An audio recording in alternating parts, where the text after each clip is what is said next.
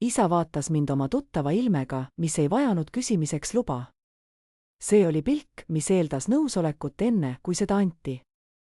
Suunurgas oli kerge naeratuse käänak, mis ei olnud ei soe ega julm, vaid lihtsalt kindel.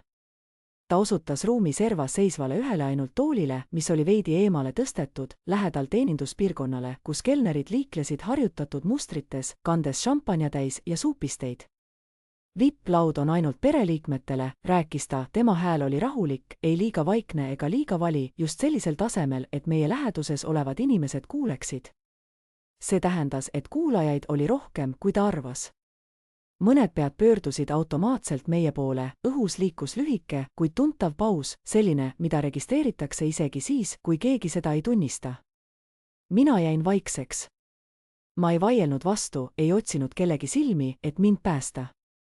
Astusin tooli juurde, mille ta oli näidanud, panin oma koti ettevaatlikult maha, et see ei ulatuks käiguteele, tõmbasin tooli endal lähemale, lastes sellel vaikselt põrandalt libiseda ja istusin.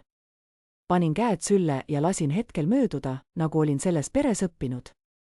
Mitte midagi ei juhtunud. Ruumi õhk jätkus täpselt sama rütmiga nagu varem. Mu ema silmad vilksatasid minu suunas sekundiks, siis libisesid kiiresti eemale, nagu oleks ta tabanud midagi peegeldavat, mida ta ei soovinud näha. Ta tõstis klaasi ja kallutas end juba liikuvasse vestlusse. Mu vend Kole ei pöördunud üldse. Ta seisis seal, kus ruum loomulikult tema poole kaldus, naeratades ja noogutades, vastu võttes õnnitlusi, mis tundusid kuuluvat talle iseenesestmõistetavalt. Isa liikus kohe edasi, tervitades järgmist külalist, tema žest kadus sama kiiresti, kui see oli sündinud. Aednelkide lõhn hõljus peolaudade keskelt, segunedes köögist tuleva röstitud liha sooja aromiga. Kusagil mängis keelpillikvartett klassikalist muusikat, mille nime ma ei suutnud hetkel meenutada. Söögiriistade klõbin portselani vastu lõi rütmi, mis oli pidev ja ükskõikne. Kohalt, kus ma istusin, nägin kõike selgelt. VIP-laud oli kaetud kreemikate linadega, millel olid kuldsed aktsendid, värsked lilled voolasid kristallvaasidest. Toolid seal olid pehmendatud, mugavad, mõeldud inimestele, kes olid seal, et jääda. Minu tool oli metallist, õhuke pehmendus, selline, mida kohad hoiavad ülejääva istekoha jaoks. See oli tool, mis ütles, et ma olen kohal, kuid ei oodata, et mul oleks tähtsust. Vaatasin, kuidas ruum endasse paigutus, toolid nihkusid, hääled leidsid oma mahu, tähelepanu koondus keskmesse, pigistades minu perekonda nagu rusikas. Mu muutumine servaks oli piisavalt lähedane, et kõike näha, kuid siiski piisavalt kaugel, et olla vajalik. See oli puhas korraldus, mis ei vajanud seletust, sest keegi ei tulnud seda küsima. See oli mu venna pulm, mille korraldamisel olin 3 kuud osalenud, koordineerides toiduteenindajaga kui mu ema. Käisime läbi imelise päeva, mille loomine oli olnud täis väljakutseid ja pingutusi. Istudes teeninduskoridori kõrval, jälgisin, kuidas kelner viis mööda lauda kreveti kokteile, mis ei peatunud minu ees. Mu isa, seistes VIP-lauda taga, tõstis oma klaasi ja rääkis soojalt, nagu ta seda tähtsatel hetkedel alati tegi. Ta tänas kõiki kohalolijaid, kiitis pruutpaari ja mainis teenindajaid, peo kohta ning imelist ilma, mis oli täpselt selline, nagu soovisime. Ta rääkis perekonnast, traditsioonidest ja koosolekute olulisusest, kuid ei maininud mind kordagi.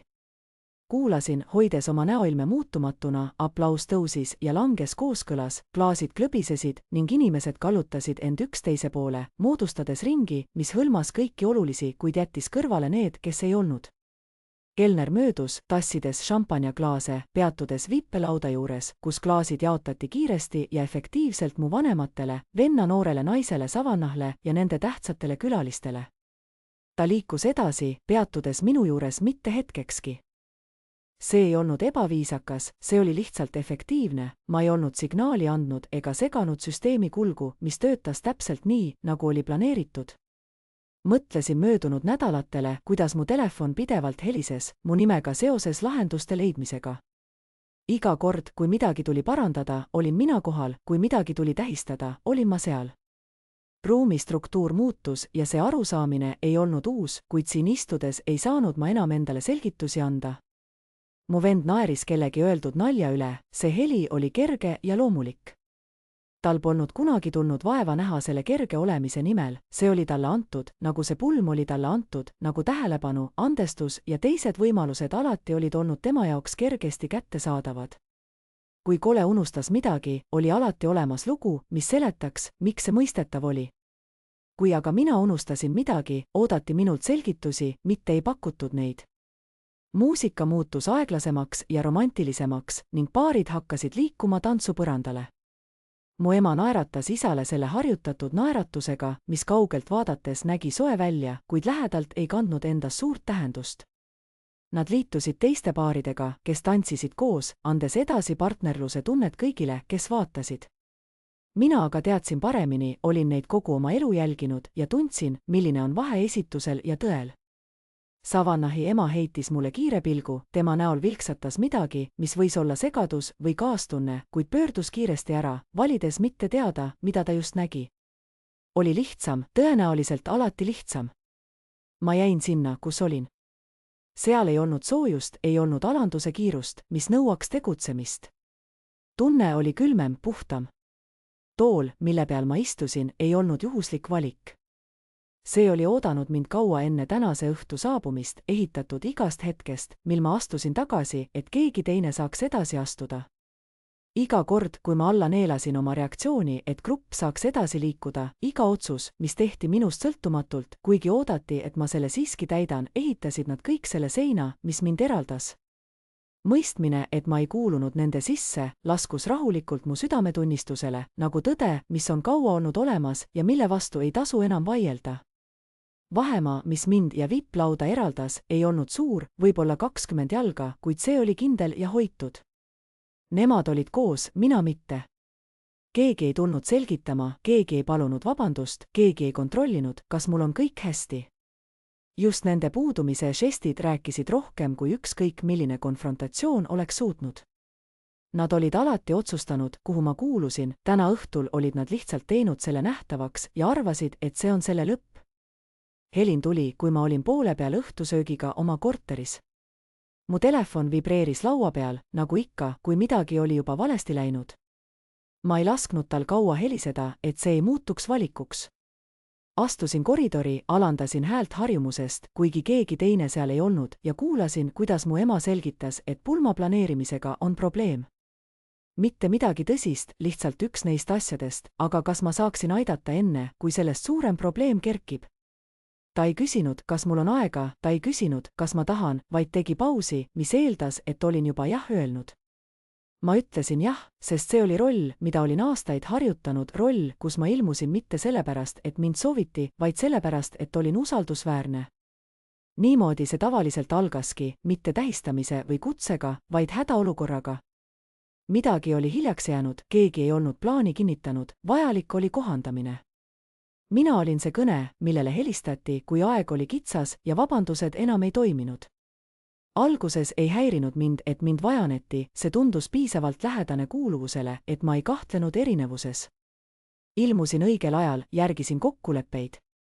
Ma ei muutnud väikeseid asju vestlusteks, kui oli hõõrdumist, silusin selle, kui oli vaikus, täitsin selle. Aja jooksul muutusid need omadused ootusteks.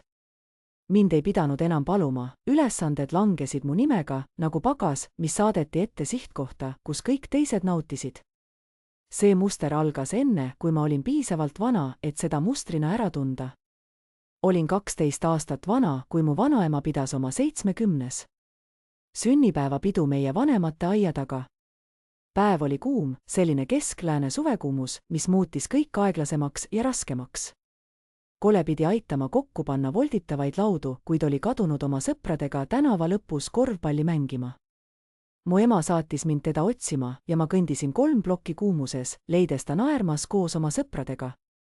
Kord, kui olin veel noor, palus minu sõber, et ma räägiksin tema emale, et ta tuleks tagasi. Vaatasin teda, nagu oleksin küsinud lahendust keerulisele matemaatikaülesandele. Siis naeratas ta oma lihtsa naeratusega ja ütles, lihtsalt ütlen emale, et ma tulen, ma olen kohe kohal. Tagasi minnes edastasin sõnumi oma emale, kes noogutas ja ütles, et ma peaksin ise laudadega tegelema, kuna olin juba kohal. Peo alguseks olin juba kõik 12 lauad valmis seadnud, toolid paika sättinud, aidanud vanaema tema erilisse kohta istuda ja isegi naabri sügavkülmast jää 2 korda toonud, kuna meie oma oli otsa saanud. Umbes 20 minutit hiljem, kui külalised olid saabunud, astus sisse Kole, värskelt duši alt tulnud ja vanaema embas teda, nagu oleks ta just sõjast tagasi tulnud. Keegi ei maininud laudu, keegi ei maininud jääd. Minu isa patsutas Koli õlale ja ütles, seal on mu poeg. Selles hetkes õppisin ma midagi, isegi kui ma ei suutnud seda selgelt sõnastada. Minu pingutused jäid märkamatuks, Koli kohalolek aga oli sündmus. See dünaamika kordus erinevates tubades ja erinevatel eluetappidel. Kui ma olin 16, kulutasin ma terve nädala lõppu, et aidata emal valmistuda õhtusöögiks, mida ta korraldas isa äripartneritele. Hõbedat poleerisin, lilli sättisin, lauda 3 korda kattisin, kuna ta muutis pidevalt meelt paigutuse osas. Kole pidi aitama, kuid tal oli kohting ja ema ütles, et see on okei, ta ei tahtnud sellest suurt numbrit teha. Õhtusöögi ajal kiitis üks partneritest lauda, mille ma olin seadnud. Ema naeratas väärikalt ja vastas, kõik sõltub õigest abist. Ta ei vaadanud mind, tal polnud seda vaja. Sõnad, abid, ütles mulle täpselt, kus ma seisin. Pärast seda lõpetasin ma ootamise, et mind kaasataks. Alustasin ise asjade tegemist, arvasin, et kui teen end vajalikuks, siis lõpuks keegi märkab, lõpuks saaks tegemine kuulumiseks. Kuid seda ei juhtunud. Kui ma lõpetasin ülikooli, olid rollid paika loksunud. Kole oli see, kellel oli potentsiaal, kelle tulevikku kõik investeerisid. Ta vahetas 3 õppesuunda, jättis 1 magistriõppe pooleli, alustas teisega ja lõpuks asus juniorpositsioonile pangafirmas, kus üks isa sõpradest oli tema nimel kõne teinud. Mu vanemad nimetasid seda oma tee leidmiseks. Kui mina lõpetasin summa cum laude ärijuhtimise erialal ja asusin investeerimisfondi algtaseme ametikohale, et oma karjääri üles ehitada ilma nende abita, ütles isa, et see on hea, et ma olen praktiline. Praktiline, nagu oleks ambitsioon millegipärast, mille üle ma peaksin vabandama. Pulmade ettevalmistused järgnesid samale stsenaariumile. See, mis algas küsimusega, kas saad mõne asjaga aidata, muutus kiiresti fraasiks, Clara tegeleb sellega, ilma et keegi oleks üleminekut märganud. Koordineerisin teenusepakkujaid, haldasin eelarveid, läbirääkimisi lepingute üle. Tunde veetsin telefonis, tasandades arusaamatusi ema ja Savannah emaga külaliste nimekirja osas. Uuendasin istumiskaarti 4 korda, kuna isa unustas pidevalt inimesi, kellest ta 3 nädalat enne pulmi rääkida polnud saanud. Algne peokoht üle ujutati, veekahjustuse kindlustusnõuded, kuude kaupa remonditööd olid vajalikud. Kell oli juba 11 öösel, kui mu telefon helises. See oli mu ema, kes nuttes rääkis, et kõik on rikutud. Minu südamesse tõmbas külm hirm, kuid ma ei saanud aega kaotada. Järgmised 72 tundi möödusid nagu udus, mil ma jooksin ringi, et leida uus paik, läbirääkimisi pidada, ajakavasid kohandada ja iga teenusepakkujaga suhelda, et üleminek oleks võimalikult sujuv. Magasin nende 3 päeva jooksul kokku ehk 6 tundi. Kui mu isa pereliikmetele uut asukohta tutvustas, rääkis ta sellest kui õnnelikust uuendusest. Me saime vedada, ütles ta. Uus koht on isegi parem. Ta ei maininud kordagi, kuidas see õnn meie peres sündis, ega maininud mind üldse. Kole saatis mulle lühikese sõnumi, aitäh, et aitasid koosoleku asukohaga. Ainult 5 sõna, mis vähendasid minu 72 tunni tööd lihtsalt koosoleku asjaks. Kirjutasin tagasi, pole tänu väärt ja kustutasin selle 3 korda enne, kui lõpuks nupule vajutasin. Eelis, mida Kole nautis, ei olnud mitte ainult dramaatiline, vaid see oli struktuurne. See elas eeldustes, mida kõik tegid, ilma neid kunagi kahtluse alla seadmata. Kole oli tulevik, mina olin tugisüsteem.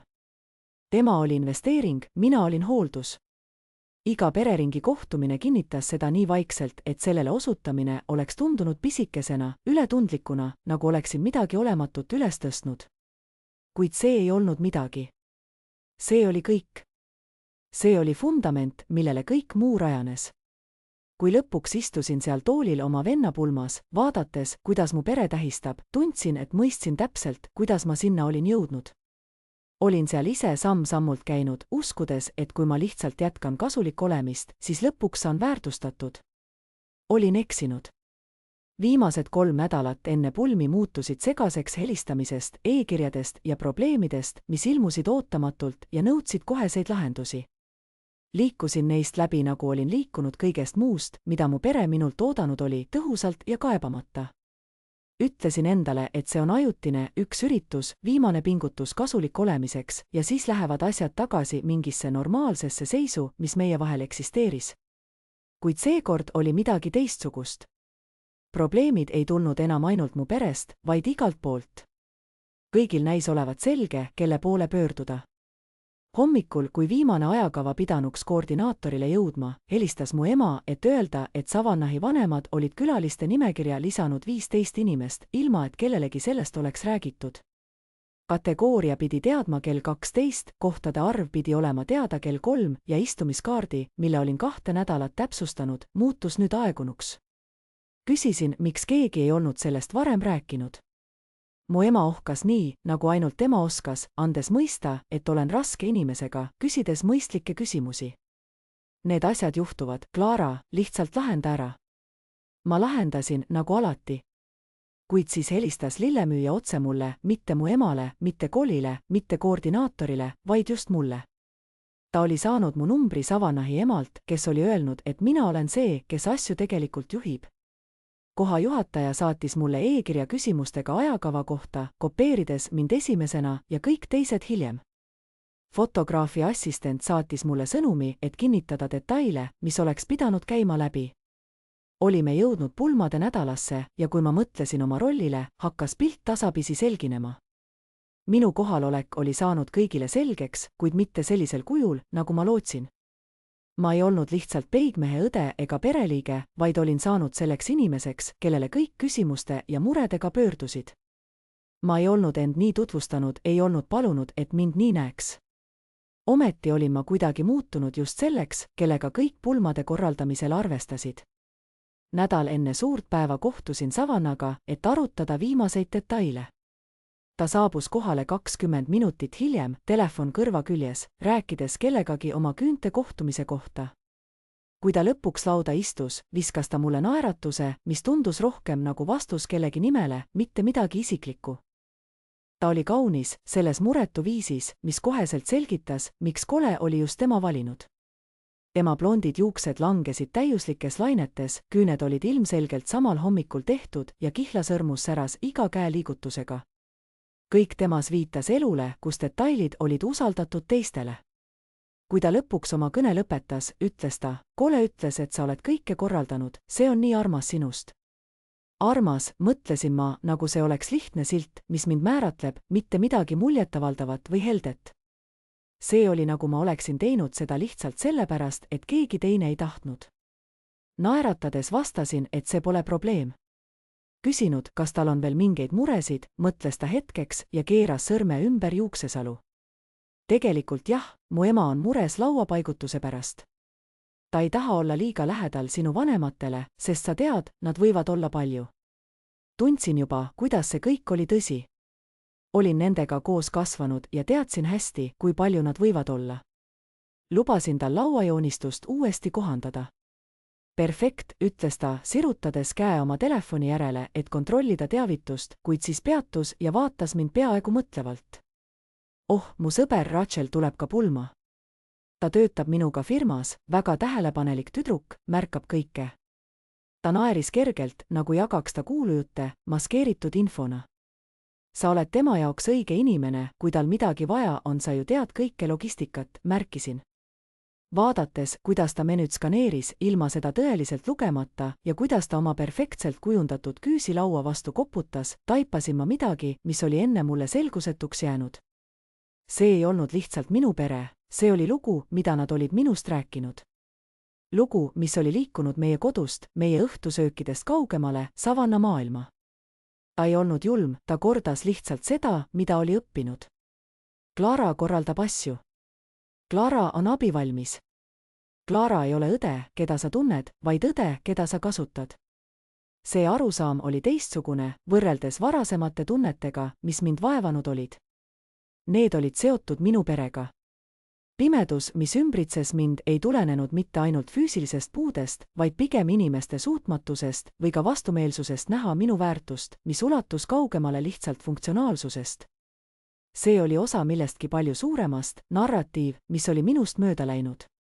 See, kuidas teised mind nägid, ei tulenenud mitte nende tähelepanust, vaid minu pereliikmete jutustustest, mis olid kujundanud nende arusaama minust. Savannah ei vaadanud mind tulevase õetütarena, vaid pigem nagu kõrgekvaliteedilise teenusepakkujana, kes jagas DNA-d tema abikaasaga. Keegi, keda võis hinnata nagu head cateringi teenust või usaldusväärset lillepoodi, viisakalt ja distantseeritult, arusaamaga, et meie suhe on tehinguline. Naeratades ütlesin, et olen valmis aitama tema sõpra Racheli kõiges, mida ta vajab. Sa oled nii osav, lausus Savannah, samal ajal juba oma telefoni vaatama. Kole ütleb alati, et sina oled see usaldusväärne. Usaldusväärne, mitte tark, mitte edukas, mitte see, kellel on oma elu, karjäär ja ambitsioonid. Usaldusväärne, see, kellele võib loota kohaloleku ja probleemide lahendamise osas, ilma et sellest kunagi häda oleks. Mõtlesin, kui palju vestlusi minu kohta oli toimunud, millest ma kunagi ei kuulnud. Kui sageli oli mu pere mind teistele kirjeldanud just sellisel viisil. Kui paljud inimesed sellel pulmal oleksid juba teadnud, et Clara hoolitseb logistika eest, enne kui nad minust midagi muud teada said. Lõuna lõppes Savannahi õhusuudlusega mu põsele ja lubadusega, et näeb mind proovi hommikul. Ta lahkus restoranis tagasi vaatamata, telefon juba kõrva juures, liikudes järgmise asja suunas oma nimekirjas. Istusin seal veel paar minutit, silmitsedes arvet, mille jagamise ettepanekut ta ei olnud teinud. Olles mõistnud, et minu loo oli keegi teine kirjutanud ja jaganud ilma minu teadmata. Proovihommik toimus 2 ööd enne pulmi restoranis, mille mu isa oli valinud, kuna üks tema äripartneritest omas seda. Privaatne tuba oli elegantne, kustutatud küünlad igal pool, valged laudlinad ja vein, mille hind ületas 6 rohkem, kui ma toidupoodides kulutasin. Saabusin varakult, et veenduda, et kõik on õigesti paika seatud. Kontrollisin kohakaarte, kinnitasin menü köögiga ja veendusin, et lilled sobivad tellituga. Restorani juht tervitas mind nimepidi, kuigi me polnud kunagi isiklikult kohtunud. Talle oli öeldud, et mina olen kontaktisik, kellele kõik küsimused suunata. Ta kohtles mind professionaalse viisakusega, nagu oleksin ma pulmakorraldaja, mitte pereliige. Enne, kui perekond hakkas saabuma, olin ma juba väsinud, kuid keegi ei oleks seda minust pealt vaadates teadnud. Olin juba pikka aega õppinud, kuidas olla väsinud, ilma et seda näidata. Minu vanemad sisenesid nagu kuninglikud isikud, aktsepteerides komplimente kohast, veini valikust ja kaunitest seadetest. Mu ema suudles põski ja naeris naljade üle, samas kui mu isa surus kätte enesekindlusega, nagu usuks ta, et on ära teeninud kõik, mis tal on. Kole ja Savannah saabusid koos, särades ja olles tähelepanu keskpunktis. Kui nad uksest sisse astusid, ei küsinud keegi, kus ma olin olnud viimase tunni jooksul. Keegi ei imestanud, kuidas kõik oli nii täiuslikult kokku tulnud, õhtu sujuvus kustutas selle vaeva, mis selle taga oli. Vaatasin, kuidas Savannah vanemad tervitasid minu vanemaid, hoolikalt ja sooja tundega, nagu inimesed, kellel on nüüd üksteisega sidemed oma laste valikute kaudu. Jälgisin, kuidas mu ema poseeris igas fotos, kuidas mu isa valitses ruumi ilma häält tõstmata ja kuidas Kole võttis vastu õnnitlusi, nagu need oleks olnud tema sünniõigus. Samuti märkasin, kuidas inimeste pilgud libisesid minust mööda, kui seisin oma pere lähedal ja teravnesid, kui liikusin teenindusala poole, et vastata küsimusele. Ühes asendis olin ma nähtamatu, teises aga hädavajalik. See kontrast oli nii järjepidev, et see oleks võinud tunduda koreografeerituna. Õhtusöögi ajal pöördus vestlus pulma enda poole. Mu isa tõstis klaasi ja rääkis perekonnast, traditsioonist, hetkede tähtsusest nagu see. Ta tänas restorani omanikku, tänas külalisi, et nad olid tulnud ja tänas Savannah vanemaid, et nad olid kasvatanud nii imelise tütarde. Kuid mind ta ei tänanud. Vaatasin laua ümber olevaid nägusid, kui ta rääkis. Mõned teadsid, ma nägin seda nende pilkudest, mis libisesid minule, kui juttu oli perest ja koosolekust. Nende näod vilksatasid segaduse või ebamugavuse hetkedest. Nad teadsid, et olin selle pulmaga töötanud juba mitu kuud, teadsid, sest nad olid mind e-kirjadega ühendust võtnud, helistanud ja suunanud. Ja nüüd jälgisid nad, kuidas mu isa pidas kõnet perekonnast, kus ei olnud mu nime. Hiljem, kui magustoit oli serveeritud ja inimesed liiklesid kursuste vahel, leidsin ennast üksi akna lähedal, vaadates linnavalgust. Savannah isa lähenes mulle, jook käes, naeratades viisakalt, kuid ebakindlalt. Sa oled õde, eks, küsis ta. See, kes on logistika eest vastutanud. Justkui oleks logistika olnud osa minu tiitlist, osa sellest, kuidas ma talle tutvustati. Kinnitasin, et olen mina. Ta noogutas, keerutades oma jooki. Mu naine ütleb, et sa oled olnud elupäästja. Ainult istumiskaardi pärast oleks ta hulluks läinud. Tänasin teda komplimendi eest. Ta uuris mind hetkeks ja midagi vilksatas tema näol, ehk uudishimu või küsimuse algus, mida ta otsustas mitte esitada. Nägin, kuidas ta püüdis leida sidet selle inimese vahel, kes tema ees seisis, ja selle kirjelduse vahel, mis tal oli olnud logistika inimene, usaldusväärne, õde, kes asju ajab. See on huvitav, ütles ta lõpuks, sa ei näe tõeliselt välja nagu nemad. Ma ei olnud kindel, kas ta mõtles seda märkuse või solvanguna, ega olnud kindel, kas sellel oli tähtsust. Ma olen oma vanaema nägu, vastasin, mis oli tõsi ja ka kõige ohutum vastus. Ta noogutas taas, võttis veel lonksu oma joogist ja jalutas tagasi teiste külaliste juurde, ütlemata head aega. Jäin akna juurde veel hetkeks, nautides linnavalgust ja oma mõtteid. Pere liikudes ruumis, nagu nad kuuluksid sinna, tundus, et õhtu oli lihtsalt juhtunud, mitte midagi, mis oleks ehitatud. Vaatasin ringi ja mõtlesin kõigile neile, kes olid siin, kuid ei olnud mind kunagi enne seda õhtut kohanud. Igaühel oli juba lugu minu kohta, Clara tegeleb logistikaga, Clara on usaldusväärne, Clara aitab alati. See lugu oli minuni eelnenud ja nüüd oleks kõik, mida ma ütlesin või tegin, selle kaudu filtreeritud. Ma ei olnud inimene, keda avastada, vaid funktsioon, mida kinnitada. Selle olukorra raskus langes mu rinnale nagu koorem. See ei olnud ainult minu pere võimetus mind näha, vaid terviklik narratiiv, mis oli ilma minu nõusolekuta üles ehitatud ja levitatud. Muutmine, kuidas nad mind nägid, nõudis muutust selles, kuidas nad minust rääkisid ja selleks, et nad saaksid rääkida teisiti, pidanuks nad tunnistama, et senine jutt oli vale. Seda ei juhtunud kunagi. Lõpuks saabus pulmapäev, täpselt sellise ilmaga, nagu kõik olid lootnud. Tõusin kell 5, et alustada viimaseid ettevalmistusi. Kell 7 olin juba kohapeal, kohtudes seadistustiimiga, kinnitades ajakava ja lahendades päeva esimest väikest kriisi, üks lillede kohale toimetamine oli hilinenud. Kohtumise koordinaator tervitas mind nagu kolleegi, Katerer küsis minu heakskiitu lauaseadete osas ja fotograafi assistent kinnitas ajakava minuga enne, kui kellegagi muuga rääkima asus. Kõik teadsid, kellega rääkida, kõik teadsid, kes tegelikult asjadega juhtis. Umbes kella 12 paiku, kui mu pere kohale jõudis, oli kõik juba paika loksunud. Toolid olid kenasti paigutatud, lilled kaunid ja ajakava jooksis täpselt nii, nagu oli plaanitud. Vaatasin neid, kui nad sisenesid ruumi, mida olin nende jaoks loonud ja jälgisin, kuidas nad imetlesid seda, mind nägemata. Mu sees toimus midagi, mitte viha, mitte kurbus, vaid midagi külmemat, äratundmine, et seisin loo sees, milles ma kunagi osaleda ei soovinud. Mu ema liikus ruumis ringi, puudutades lillede seadeid ja noogutades heakskiitvalt, nagu oleks ta need ise valinud. Mu isa rääkis ruumi koordinaatoriga autoriteetselt, nagu oleks ta kõik otsused teinud. Kole poseeris fotode jaoks Savannahiga, lõõgastunud ja õnnelik, kergendatuna kõigist detailidest, mis olid selle päeva võimalikuks teinud. Ja kõik, kellega nad kohtusid, teadsid juba lugu, Clara tegeleb logistikaga, Clara on usaldusväärne, Clara ei ole tõeliselt pereliige, Clara on töötaja, kellel on parem tiitel. Seisin toas nurga juures ja vaatasin, kuidas narratiiv reaalses ajas lahti rullus. Iga kohtuotsus kinnitas seda, iga eeldus tugevendas seda. See lugu oli suurem kui ükski hetk või ükski solvumine, see oli õhk, mida kõik hingasid, nähtamatu ja kõikjal. Ma ei teadnud veel, et õhtu lõpuks istun metalltoolis teeninduskoridori lähedal, vaadates, kuidas mu pere tähistab ilma minuta. Ma ei teadnud, et kuude töö pühitakse ära üheainsa hetkega. Hommik algas enne, kui ma täielikult ärkasin. Mu telefon vibreeris öökapil korduvalt, kuni see katkestas mu une, muutudes pigem ootuseks kui segavaks häirimiseks. Sõnumid kumulesid üksteise peal, lühikesed ja kiireloomulised, igaühes eeldus, et ma olin juba üles tõusnud, riides ja liikumas lahenduse suunas, et korvata öö jooksul juhtunud vead. Esimene sõnum teatas, et tseremoonia ajakava on muutunud, tõhus inimene oli tekkinud konfliktiga ning vajas algust 30 minutit varem. Teine sõnum tuli fotograafilt, kes soovis kinnitada asukohta enne tseremoonia pilte. Kolmas sõnum oli mu emalt, kes küsis, kas olin esimesed 2 sõnumit juba lahendanud.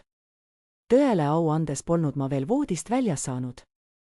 Kui ma lõpuks kohale jõudsin, oli päike juba kõrgel, kuumus kogunes aeglaselt ja järjepidevalt, lubades ebamugavat pärastlõunat. Õhk lõhnas kui värskelt niidetud murult ja jasmiinist, mis oli istutatud sissepääsuteele. Siseruumis töötas kliimaseade üle ja ruum tundus jahe ning tühjana, oodates, et see täituks. Ülejäänud inimesed paistsid omavat oma kohta, pruut liikus ühelt ruumilt teisele, stilistid ja fotograafid puhastasid tema teed ilma, et oleks pidanud küsima. Peigmees viidi kõrvale vaikseteks vestlusteks oma kaaslastega, mis lõppesid patsutuste ja naeruga. Mu vanemad tervitasid ruumi töötajaid austusega, neile anti positsioonid, mille jaoks ei olnud selgitusi tarvis, kohvi anti ilma, et nad oleksid pidanud seda paluma. Kui inimesed minuga rääkisid, siis kasutasid nad käsklusi, mitte nimesid. Kas sa saad sellega hakkama? Meil on veel üks asi. Kas oled selle üle kontrollinud? Liikusin hommikul nagu funktsioon, mitte inimene. Koordinaator Lila jäi mind korra silmas ja vaatas mind nii, nagu ta oleks tahtnud väljendada kaastunnet ja väsimust üheaegselt. Ta teadis, et oli saatnud piisavalt e-kirju, et mõista, kes oli viimased 3 kuud selle pulma korraldamisega tegelema pidanud. Kella 11 paiku kuulsin katkendeid vestlusest, mis toimus ühes külgruumis. Uks oli osaliselt lahti ja ma tundsin kohe ära oma isa hääle. Kõik näeb hea välja, ütles ta. Me peaksime graafikus olema. Ajakava muutus, aga keegi teine vastas, häält ma ei tundnud, võib-olla üks peigmeestest. Kas efektne ei lükanud asju ette? Clara tegeles sellega, ütles mu isa. Need sõnad kandsid endas külma ja funktsionaalset tooni, nagu oleks ta lihtsalt maininud, et torumees oli lekke ära parandanud. Ma läksin uksest mööda, peatudes mitte hetkekski, kuid need sõnad jäid mind saatma kogu ülejäänud hommiku. Clara tegeles sellega. Mitte, minu tütar tegeles sellega, mitte, Clara tegi suurepärast tööd, vaid lihtsalt fakt, mis oli emotsionaalselt sama kaaluva tähendusega, kui märkida, et ilm on ilus. Tseremoonia ise oli kaunis. Seisin pulmakohas tagapool, mitte osa pulmapeost, vaid lihtsalt kohal viibides, sellisel viisil, mis muutis mind lihtsasti leitavaks, kui midagi valesti läks, kuid peaaegu märkamatuks, kui kõik kulges sujuvalt. Vaatasin, kuidas Kole ja Savannah vahetasid oma lubadusi, mu ema pühkis silmi taskurätikuga ja mu isa noogutas heakskiitvalt, justkui oleks tema ise armastuse orkestreerija. Lillede seas särasid täiuslikud valged roosid ja poengid, just nagu Savannah oli alati soovinud. Muusika tõusis õigel hetkel, sest olin eelmisel nädalal 2 tundi koos keelpillikvartetiga ajastust lihvinud. Pulmatseremoonia juhataja sõnad olid kaunid ja 30-minutiline ajamuudatus sujus märkamatult, kuna olin varakult üles tõusnud, et kõik toimiks. Keegi ei teadnud sellest, keegi ei pidanudki teadma. Tseremoonia lõppedes hakkas ruum järk-järgult vastuvõtuks ümber kujunema. Aitasin nii palju, kui oskasin, segamata kedagi, kohandasin keskpunkti siia, kinnitasin detaili seal. Koordinaatoril oli kõik kontrolli all, kuid ma ei suutnud end peatada, 3 kuud pühendumist ei kadunud lihtsalt sellepärast, et üritus oli alanud. Mu ema leidis mind ühe nurga laua juurest, kus kontrollisin, et nimekaardid oleksid õiges järjekorras. Ta kiirgaski seda soojust ja lahkust, mis tal alati sündmustel oli. Clara, sa peaksid ennast värskendama, ütles ta, vastuvõtt hakkab peagi. Vastasin, et mul on kõik hästi, kuid ta vaatas ringi, veendumiseks, et keegi oluline ei kuule. Sa näed väsinud välja, võib-olla natuke huulepalsamit. Tõepoolest, olin väsinud 3 kuud väsimust, aga ütlesin talle, et hoolitsen selle eest ja jälgisin, kuidas ta hõljus ära külaliste rühma, kes soovisid teda kauni tseremoonia puhul õnnitleda. Kui vastuvõtt ametlikult algas, oli hierarhia täielikult taastatud. Vippelaud seati ruumi keskossa, parimasse kohta, mis tõmbas tähelepanu, ilma et see oleks liiga pealetükkiv. Mu vanemad, Kole ja Savannah, Savannahi vanemad ning mõned teised tähtsad külalised olid kõik seal, nende klaasid juba täidetud ja vestlused käisid hoogsalt. Seisin sissepääsu juures ja ootasin. ootasin, ei teadnud täpselt, mida, võib-olla kutset, žesti, et keegi märkaks, et ma ei istu ja küsiks, kuhu ma kuulun. Minutid möödusid, teenindajad liikusid ruumis, kandes suupisteid, keelpillikvartett vahetas muusikat kergemaks, mis innustas vestlust, mitte tseremooniat. Külalised leidsid oma lauad, kontrollisid nimekaarte ja sättisid end mugavalt istuma. Seisin endiselt seal, kui mu isa lähenes. Ühe lühikese hetke jooksul mõtlesin, et ta tuleb mind lauda viima, et kõik möödunud aegade eksimused on peagi parandatud, et kõik see töö, mis olin teinud, tunnustust leiab lihtsa žestiga, et mind kaasatakse. Ta peatus mu ees, tuttav ilme näol, mis kunagi ei küsinud luba, vaid eeldas, et olen nõus. Kuna ta osutas toaservas olevale ühele ainukesele toolile teeninduspiirkonna lähedal, ütles ta vaikselt, VIP-laud on ainult pereliikmetele. Tema sõnad kandsid endas aastatuhandete kaalu, seal polnud vaja draamat. Need olid kindlad, nagu mees, kes ei olnud kunagi kahtlenud oma valikutes. Astusin tooli poole, istusin maha, panin käed süles risti ja jälgisin, kuidas õhtu minust mööda voolas. Kui ma järgisin isa osutust ja jõudsin toolini, tundsin, kuidas pilgud mind jälgisid, enne kui need kiiresti eemale libisesid. Inimesed tegid vaimseid kalkulatsioone, kas nad tunnustavad seda, mida nad just nägid, või teesklevad, et ei märganud. Enamik valis teesklemise, see oli lihtsam, nagu alati. Tool, millele istusin, oli metallist ja õhukese padjaga, selline, mis jätab jalge taha jäljed, kui liiga kaua istuda. See asus koridori lähedal, kus teenindajad traisid mööda käisid, piisavalt lähedal, et kõike jälgida, kuid samas kaugemal, et olla selgelt eraldi. Tooli paigutus ei olnud juhuslik, peres ei olnud kunagi midagi juhuslikku. Istusin ja kohandasin oma rühti, kuni see tundus loomulik. Ma ei krõbistanud ega vaadanud ringi, otsides päästet.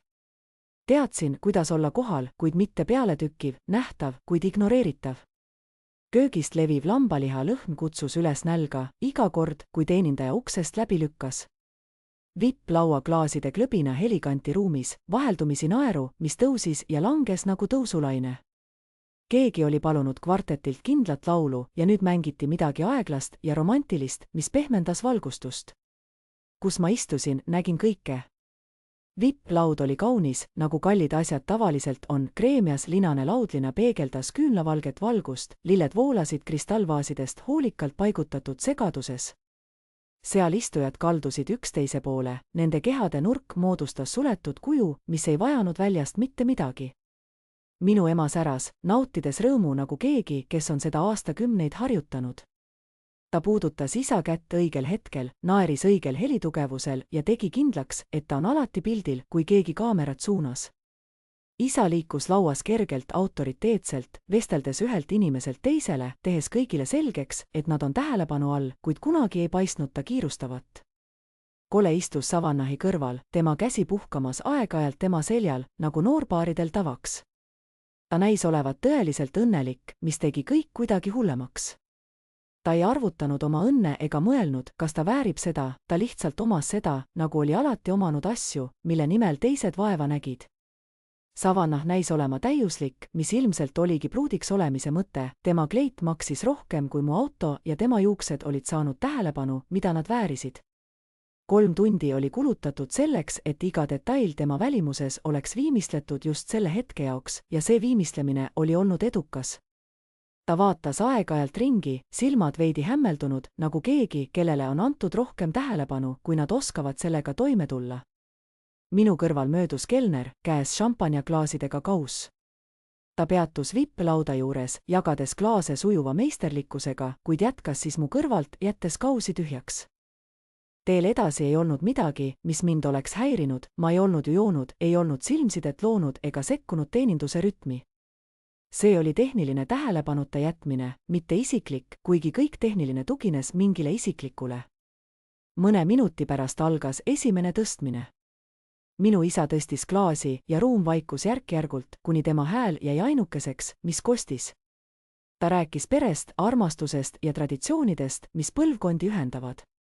Ta kiitis koli iseloomu, tervitas Savannah perre ning tänas külalisi nende kohaloleku ja lahkuse eest. Ta ei vaadanud kordagi minu suunas. Peale aplausi, mis järgnes, mis oli soe ja siiras, tõusid klaasid üle kogu ruumi. VIP-laud muutus nagu täheks, mille kristallid särasid küünlavalges. Kuid minu käes ei olnud klaasi, keegi ei olnud mõelnud mulle ühte tuua ja mina ei olnud julgenud küsida. Pärast tõstmist läksid vestlused jälle tavapärasele helikõrgusele, tähelepanu tseremoonia hajus väiksemateks gruppideks.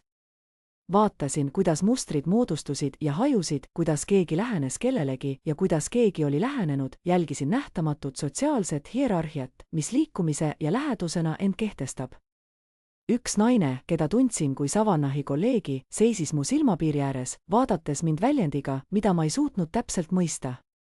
See ei olnud kaastunne, pigem midagi segaduse sarnast, nagu püüaks ta lahendada probleemi, millega ta ei olnud arvestanud. Ta ei lähenenud, aga ei vaadanud ka eemale, ta seisis lihtsalt seal, hoides šampanjat ja vaadates mind nagu midagi, mida ta püüab mõista. Kohtusin tema silmadega hetkeks, seejärel pöörasin pilgu ära. Mul ei olnud tema sekkumist vaja, ei soovinud ma tema kaastunnet. Otsisin teavet, mitte liitlasi. Teine tõstmine tuli Savannahi isalt, pikkast mehest, kellel oli hõbedane juuksevärv ja enesekindel hoiak, nagu keegi, kes oli noorelt raha teeninud ja seda hoidnud. Ta rääkis oma tütrest, päevast, mil ta sündis ja sellest, kuidas ta oli jälginud, kuidas temast kasvas naine, kes nüüd nende ees seisis. Tema hääles oli tõeline emotsioon ja kui see lõpus veidi värises, nägin ma, kuidas mu ema sirutas käe oma taskurätiku poole. Ta tänas mu vanemaid sellise imelise poja kasvatamise eest, tänas mu venda, et see oli tema tütre õnnelikuks teinud ning poolnaljatades tänas universumit nende perede ühendamise eest. Kuid mind ta ei tänanud. Õhtu kulges ettevaatlikult, justkui oleks see koreograafia, mis hoidis kõike tasakaalus. Õhtusöök serveeriti osade kaupa, iga roog jõudis esmalt vipplauda, enne kui see laiali jagunes teiste külaliste vahel. Minu taldrik jõudis lõpuks minuni, toit oli juba toasoe, kui see minuni jõudis ja esitlus polnud enam nii hoolikalt tehtud kui pealaudadel. Söömine oli aga ainus võimalus, sest nälg vaevas mind. Keeldumine oleks olnud väide, milleks ma polnud veel valmis. Vahepeal hakkasid inimesed liikuma, ringi liikudes ja vanade sõprade ja sugulastega kohtudes, keda nad ei olnud aastaid näinud. Mõned heitsid minule pilgu, nende nägudel peegeldus hetkeline äratundmine, segadus ja seejärel viisakas neutraalsus. Mõned noogutasid, enamik ei teinud seda. Keegi ei tulnud küsima, miks naine, kes oli suure osa sellest pulmast organiseerinud, istus üksi teeninduskoridori lähedal. Võib-olla arvasid nad, et sellel on oma põhjus, võib-olla ei soovinud nad seda teada. Peamise roa lõpus märkasin esmakordselt, et isa vaatas minu poole, alates hetkest, kui ta oli oma sõrmega näidanud tooli suunas. Tema ilme oli pigem hindav kui murelik, nagu ta oleks püüdnud välja selgitada, kas olukord on kontrolli all ja kas ma kavatsen probleeme tekitada. Hoidsin oma näo neutraalsena ja lasin tal vaadata. Mis iganes ta seal nägi, rahuldas teda, sest ta pöördus ära ja jätkas vestlust nagu ennegi. Hindamine oli lõppenud, olin läbi kukkunud testist, kuna olin piisavalt vaikne, et mitte tähelepanu tõmmata. Vipplaud oli endiselt keskmes, kogudes tähelepanu nagu objektiivvalguse. Kõik, kes loevad, olid seal, kõik, kes kohal olid, märkavad ja mina istusin 20 jala kaugusel, piisavalt lähedal, et kõike näha ja samas piisavalt kaugel, et seda selgelt tajuda. Nad arvasid, et see on millegi lõpp, et mu vaikus tähendas allumist ja et tool, mille nad olid mulle valinud, hoiab mind just seal, kus nad tahtsid. Nad eksisid. Vastuvõtt jätkus nagu midagi ei oleks muutunud, muusika tõusis ja langes graafiku järgi, naer kõlas üle ruumi, teenindajad liikusid laudade vahelt, kandikud käes. Kuid allpool oli ajastus hakanud lõtvuma viisil, mida märkavad ainult teatud inimesed. Mina märkasin, et kooki hakkamine pidi toimuma kell 8:15. Koordinaatoril oli ajakava trükitud laminaaditud kaardile, mille ta hoidis taskus. Fotograaf oli valmis ja asetus õigesse kohta, kondiiter ootas tseremoniaalset noase, kuid MK ei olnud kuulutust teinud.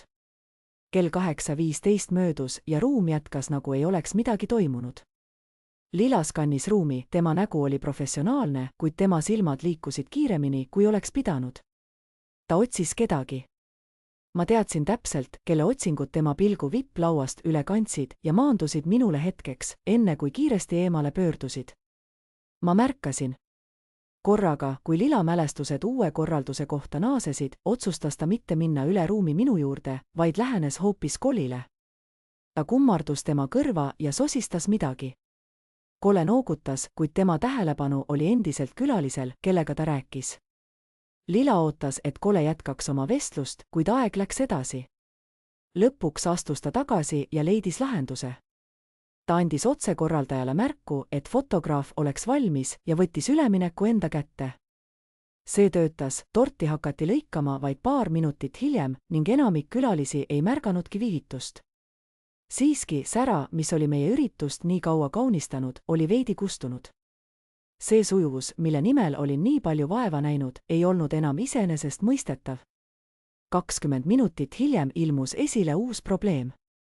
Keelpillikvartett pidi TE-le üle andma kell 9, kuid keegi ei olnud kinnitanud, kuidas see üleminek täpselt käima peaks. Mõlemad pooled olid saanud erinevat teavet ja nende arusaamad ei ühtinud. Kuulsin vaikset, kuid pingelist vestlust teenindusala lähedal. See oli see tunne, mis tekib, kui inimesed mõistavad, et midagi on käest libisenud. Tee oli valmis, kuid kvartett tahtis lõpetada veel ühe pala. Ükski pool ei soovinud järele anda. Lila ilmus taas, seekord näoga, mis reedab suurenenud stressi. Ta otsis Koli, kuid leidis ta tantsupõrandalt savannahiga. Ta vaatas mu vanemate poole, kuid isa oli süvenenud olulisse vestlusse ja ema pildistas sugulastega. Tema pilk leidis uuesti mind, kuid seekord kõhkles ta, kaalus tõeliselt, kas tulla minu juurde abi paluma või proovida ise hakkama saada. Ma jälgisin, kuidas ta hindas abi küsimise hinda võrreldes iseseisva lahenduse leidmisega. Otsus tundus kallutavat uhkuse poole, kuna ta pöördus eemale ja leidis lahenduse ise, kompromiss 2 muusikagrupi vahel, mis toimis, kuid ei olnud just elegantne. Mina istusin ja lasin tal olukorra lahendada. Vaataja rollis polnud rahuldust, kui nägin süsteemi vaeva nägemas, oli ainult selge arusaam, et see süsteem oli sõltunud tööjõust, mida olin tasuta pakkunud, ja nüüd, kui see tööjõud enam ei olnud saadaval, ilmus sõltuvus esile. Mu isa märkas olukorda enne ema. Nägin seda tema naeratuse pinges, pärast muusikavahetust, vaikuses naeru järel, kui midagi ei läinud nii, nagu tavaliselt. Ta vaatas ringi ruumis, näos väljend, mida polnud kunagi varem näinud, mitte täpselt murelik, vaid valvas. Ta tajus, et midagi on teistmoodi, kuigi ei suutnud seda mõista. Lõpuks leidis ta mu, istudes oma metalltoolil, käed ristis ja poos lõdvaks lastud. Kohtusin tema pilguga, pakkumata midagi, ei rahu, ei seletusi, vaid lihtsalt kohalolekut. Tema pilk pöördus esimesena ära. Sel hetkel astus Lila juurde üks peigmees, kelle nime olin unustanud ja küsis kõnede järjekorra kohta. Kõned, veel üks detail, mille koordineerimisele olin tunde pühendanud, tasakaalustades egosid, ajastust ja õhtu emotsionaalset voolu. Lila kontrollis oma märkmeid, kortsutas kulmu ja andis vastuse, mis oli õige, kuid kahtlev. Kohene õhkkond hakkas õhtul muutuma, kui peigmees vastas kellegi küsimusele ja lahkus. Kole tundis, kuidas energia ruumis vahetus, kui keegi küsis temalt järgmist planeeritud sündmust. Ta vastas oma tavapärase enesekindlusega, kuid vastus osutus vale. Küsimuse esitanud inimene nägi segaduses välja ja kuigi Kole naeris ning üritas olukorda parandada, jäi ebamugavustunne õhku. Märkasime, kuidas Savannah astus vahele, püüdes olukorda leevendada. Ta pakkus välja alternatiivse seletuse, mis oli samuti veidi vale, kuid tema soe toon ja naeratus muutsid selle vähem oluliseks. Olin üllatunud, kui kiiresti ta õppis, mitte ainult selleks, et Koli toetada, vaid ka selleks, et täita tühimikud, mis tema vastustes tekkisid. Järgmise tunni jooksul jätkus see mustriline rütm, väikesed küsimused, millele varem oli kohe vastuseid saadud, nõudsid nüüd konsulteerimist. Otsused, mis varasemalt tehti märkamatult, pidid nüüd olema arutatud. Õhtumehhanismid jätkasid töötamist, kuid automaatne kvaliteet oli kadunud. Mu ema püüdis tasakaalu taastada, liikudes gruppide vahel, puudutades käsi ja naerdes tuttavate naljade üle. Kuid tema naer kõlas nüüd aeglasemalt ja kui ta ütles, et kõik on imeline, oli vastus veidi tuhm, kandes endas teadlikkust, et midagi on valesti. Üks mees varasematest planeerimiskoosolekutest astus lõpuks minu poole. Ta kummardus, tema hääl oli madal, kui ta ütles, et vajame kedagi, kes kinnitaks valetiteenusega lahkumise aega. Ta ei küsinud, vaid teatas, et eeldus oli juba olemas. Vaatasin teda rahulikult ja küsisin, kes selle eest vastutab. Küsimus jäi hetkeks õhku ootamatult. Ta silmad vilkusid, mõeldes, et mina pean logistikat korraldama. Aitasin planeerimisel, vastasin, aga täna olen ma külaline. Teine paus. ta vaatas vipplaua poole, siis tagasi minu poole ja lõpuks Lila poole, kes tegeles 3 asjaga korraga sissepääsu juures. õige, ütles ta lõpuks, otsin Lila. ta lahkus ja ma pöördusin tagasi ruumi poole. mu rahulikkuse tagajärjed ei olnud dramaatilised. ei olnud katastroofi, vaid lihtsalt hõõrdumist, väikesed segaduse hetked, mis kogunesid, muutes õhtu teistsuguseks, kui kõik olid ette kujutanud.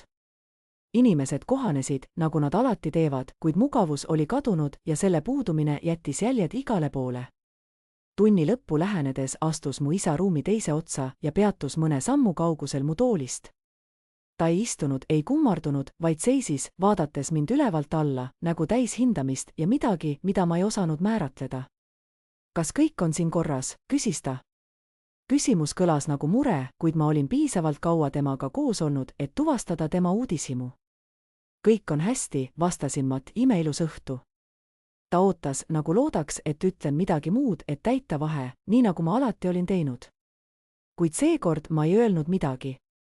pärast hetke noogutas ta ja pöördus tagasi vipplaua poole, tema sammukindlus oli pisut vähenenud. see enesekindlus, mis teda alati ümbritses, vilksatas nüüd vaid hetkeks. istusin edasi ja vaatasin, kuidas õhtu minu ümber jätkus. kõik ootasid, et astuksin taas mängu, et siluda seda, mis oli hakanud lahtuma. tuba oli täis vaikust, mis oli pärast eelmisi raskusi muutunud teistsuguseks. see ei olnud täielik vaikus, vaid pigem teadlikkus, mis hõljus õhus.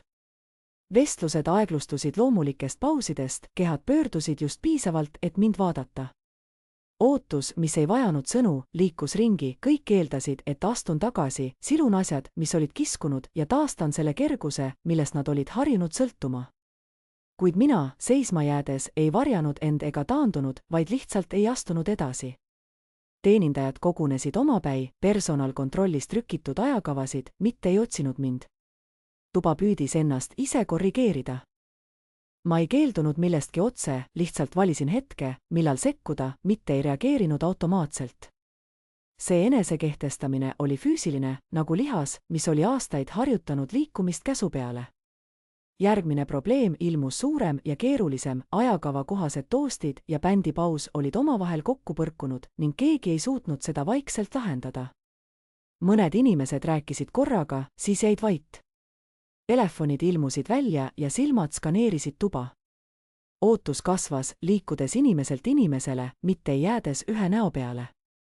lahendus taheti, kuid keegi ei soovinud olla see, kes seda küsib. sõnumid liikusid külgsuunas, mitte edasi.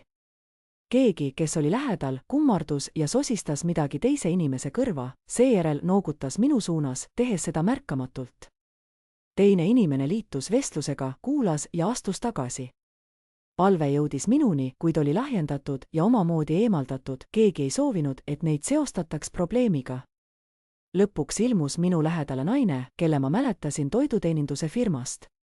ta ei kohtunud mu silmadega, justkui oleks probleem olemas iseseisvalt, eraldi inimesest. kuulasin ilma, et oleksin kohe reageerinud.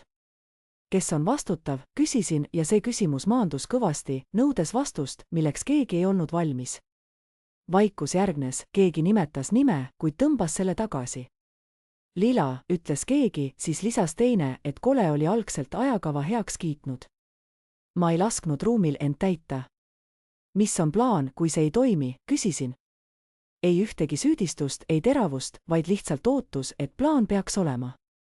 õhk muutus, mõned inimesed vaatasid üllatunult, teised pingutasid, ärritunud, et pidid väljendama seda, millega nad olid harjunud teisi ülesandeid delegeerima. vana kord oli sõltunud minu vaikimisest, et asjad kiiresti liikuma saada, minu küsimused aeglustasid seda piisavalt, et see oleks märgatav. mu isa ilmus minu kõrvale, enne kui ma märkasin, et ta oli üle toa liikunud. tema hääl oli tuttav ja tasakaalustatud, just selline, nagu ta rääkis, kui ootas, et ma alluksin ilma vaidlustamata. Clara, ärme tee seda keeruliseks, ütles ta. inimesed püüavad oma aega nautida. ta raamistas seda kui arvestust külalistega, justkui oleks minu kohalolek olnud minu enda valik ja mu käitumine nüüd seganud seda, mis oleks pidanud olema lihtne tähistamine. ma ei vaielnud vastu. käesolev õhtu oli täis ootusi ja salapäraseid hetki, mis loksusid omavahel kokku nagu pusletükid. Küsisin isalt, kes vastutab selle õhtu korraldamise eest, kuid tema näos vilksatas vaid hetkeks mure, enne kui ta oma harjumuspärase naeratuse näole tõi. Me hoolitseme selle eest, lausus ta, püüdes vestluse lõpetada ja mind tagasi minu kohale suunata, kus mu roll piirdus täitmisega ja küsimused olid pigem ebamugavad. Noodasin vaikselt ja ei öelnud enam midagi. Ootasin, et ta lahkuks ja jälgisin, kuidas ta liikuda Lila poole, rääkides temaga ja asetades käe tema õlale. Lila noogutas ja suundus konflikti allika poole, et leida lahendus. Ükski probleem ei olnud liiga suur, et seda lahendada. Aja jooksul leiti, et bändipuhkust tuleks lühendada ja üks toost lükata hilisemaks. See töötas, kuid selgelt oli näha, et inimesed pidid kohanema. Ootamatult oli õhtu sujuv ja laitmatu kvaliteet asendunud millegagi inimsuguse ja ebatäiuslikuga. Just sel hetkel leidis mu vend end vestlusest, milleks ta ei olnud valmistunud. Üks Savannah sugulane lähenes Kolile ja küsis fotograafi graafiku kohta pärastpidu. Tundus lihtne, ent Kolil polnud vastust. Ta kõhkles, naeris kergelt ja püüdis juttu mujale suunata, kuid sugulane oli siiras ja ei lasknud lahti. Kas sina ei seadnud seda üles, küsis ta. Ma arvasin, et sina hoolitsed ajakava eest.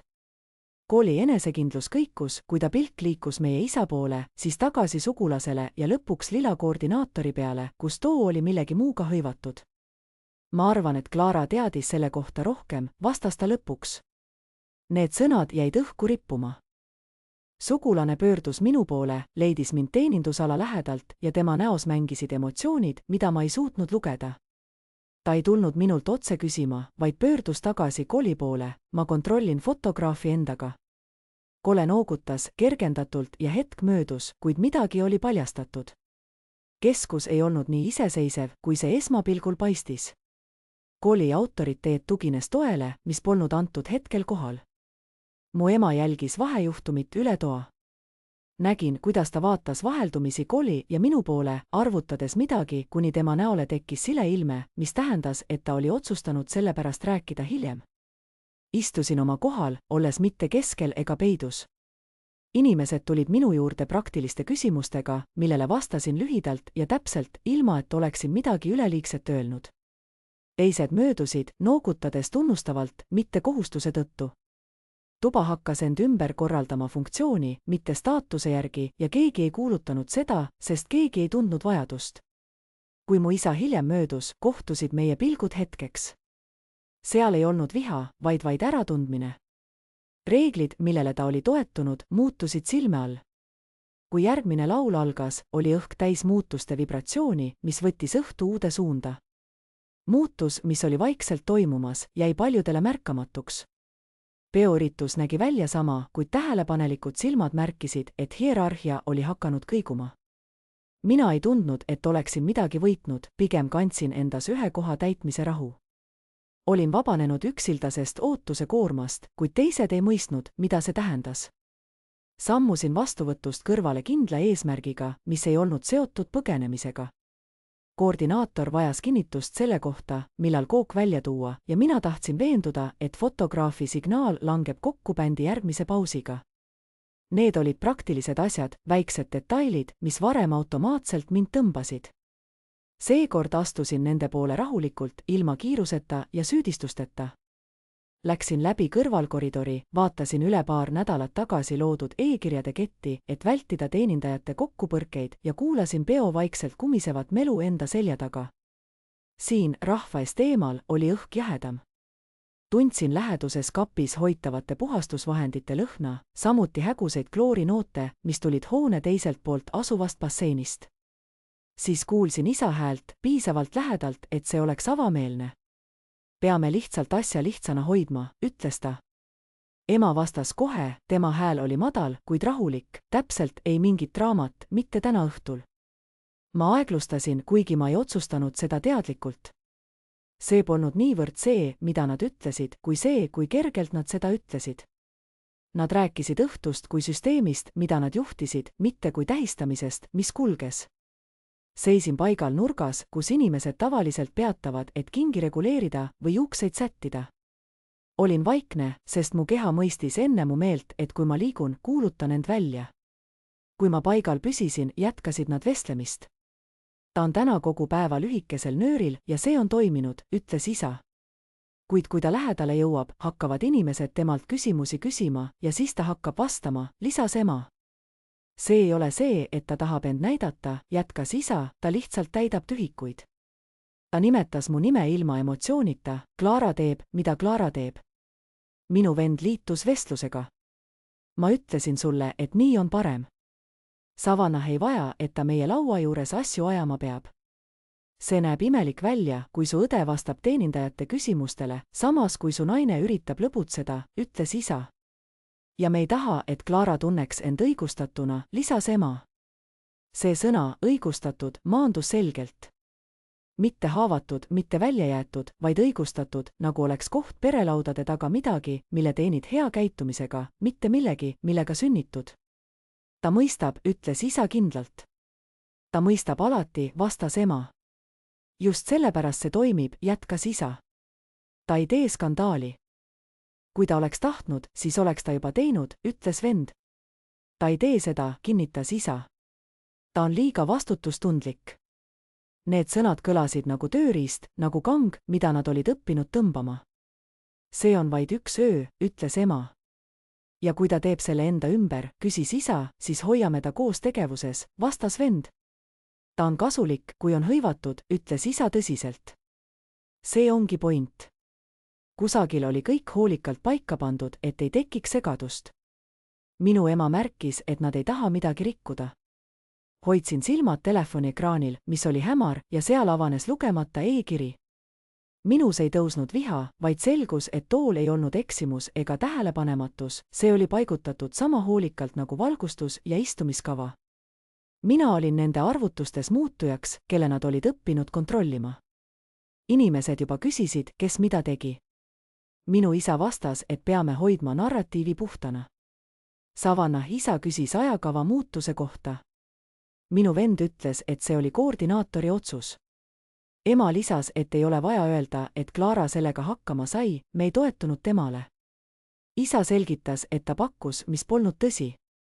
Kuidas ta nii kergelt tõde ümber kirjutas, rääkis mulle kõike, mida ma pidin teadma. Kui tema vanemad arvavad, et ta juhtis pool päeva, ütles mu vend, siis arvavad nad, et me oleme saamatu. Ei ole, vastas isa. Me tähistame Clara, ta on just pakstage. Nende sammud muutusid, nad liikusid tagasi vastuvõttu. Ma seisin paigal, kuni nad möödusid, kuni koridor neelas nende hääled. Isa lausus viimase lause, vaikselt, kuid kindlalt, ta saab aru, ta on alati saanud. Nad jätsid lause õhku, nagu lõhna, mida ei saanud ignoreerida. Ma ei pidanud seda tõlgendama, nad olid mulle juba plaani andnud. Kui nende sammud vaibusid, hingasin sügavalt sisse ja seejärel jälle, enne kui pöörasin tagasi koordinaatori jaama poole, telefon ikka käes. Kell 9:15 ütlesin tasakaalukalt, anna fotograafile 2 minutit. Lila noogutas ja liikus edasi. Ma ei viibinud seal, ei tunnistanud, mida olin kuulnud. Astusin tagasi vastuvõttu, nagu oleksin vaid hetkeks väljas käinud. Esmalt tabas mind muusika, siis naer, seejärel hõbedaste nõude klõbin portselani vastu. Vippelaud säras, mu vend seisis selle lähedal, käsi Savannahi seljal, täpselt õigel kohal. Isa liikus ruumis harjumuspärase kergusega, ema naeratus oli liiga stabiilne, nagu oleks ta seda peeglist harjutanud. Keegi ei vaadanud mind, nagu oleksin just olnud teemaks arutelus. See oli kõige kummalisem osa, nad ei tundnud end süüdistatuna, vaid õigustatuna. Tagasi toas seistes, ootasin hetkeks enne istumist, jälgides. Mitte igatsusest, vaid täpsusega. Isa naer ei olnud rõõm, vaid kontroll. Ema puudutus ei olnud soe, vaid positsiooni kinnitamine. Mu venna intiimsus uue naisega oli etendus ja tuba reageeris nagu alati usaldusväärsusele, mitte tõele. Kui ma lõpuks istusin, ei olnud see märkimisväärne. Teenindaja peatus vippelauda ees, tõstsid klaasid, tehti tervitus. Kandik möödus minust. Kas keegi ei märganud või tundsid nad, et see pole mugav? Ma ei olnud nende loos, ma olin mehhanism, mis selle taga seisis, ja nüüd teadsin, et see mehhanism oli tahtlik. Jäin paigale, mitte kavandades, mitte vihastades, vaid lihtsalt teadlikuna sellest, et nad olid minu tagasihoidlikkuse valesti tõlgendanud usaldusväärsuseks, minu vaikuse allumiseks ja minu positsiooni aktsepteerimiseks. mitte kunagi ei olnud ma kahtlenud, et kõige olulisem on juba otsustatud. Olin teinud oma valiku. Tundmatu naine peatus minu kõrval, kui muusika jälle tõusis ja langes. Ta oli juba mõnda aega ruumi serval viibinud, šampanjapokaal käes, millest ta ei paistnud joovanat. Kas sul on kõik korras, küsis ta rahulikult, ilma dramatiseerimata, jättes ruumi tõeliseks vastuseks. Tundsin teda kohe ära, kui Savannah kolleegina, kellele olin varem tutvustatud, kuid siis olin ta kaotanud silmist, kui näod ja õnnitlused hakkasid segunema. Naine oli lühikeste tumedate juustega ja tal olid kõrvarõngad, mis püüdsid valgust, kui ta pead liikus. Tema ilme oli otsekohene, kuid mitte agressiivne. Noogutasin harjumusest, kuid see ei olnud tema jaoks piisav. Ma nägin, mis toimus, ütles ta ilma ringi vaatamata, et veenduda, et keegi kuulab ja ilma häält madaldamata. See ei olnud õige, ma ei seletanud, ei vähendanud olukorda ega kiirustanud kellelegi mugavust tagama. Lasin lausel meie vahel seista, teades, et ta ei otsinud konteksti ega oodanud veenmist. Ta oli juba piisavalt näinud, et teha oma järeldused. Järgmine hetk, mil tema kohalolek oli nagu kergendav hingetõmme, ei olnud see emotsionaalne, vaid struktuurne, justkui oleksin lasknud käest midagi, mis oli mõlemad käed kinni hoidnud, ilma et oleksin märganud pinget.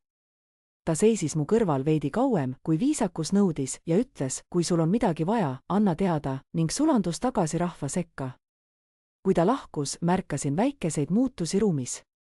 2 inimest paaris tõmbusid teineteisel lähemale, üks neist vaatas vipplauda, siis mind uudishimu vilkuma ja paigale jääma. Midagi dramaatiliselt ei juhtunud, kuid teadlikkus hakkas ringlusse minema. Mõne minuti pärast küsis mees, kelle lips oli lahti ja jook puutumatuna, juhuslikult, kuid mitte ükskõikselt, kes on kogu selle asja eest vastutanud, ta noogutas suunates koordinaatori ja teenindusala poole, kus rahulikud mehhanismid hoidsid õhtut liikumas. Tema pilk libises üle minu ja edasi, justkui oleks seos veel ametlikult kinnitamata.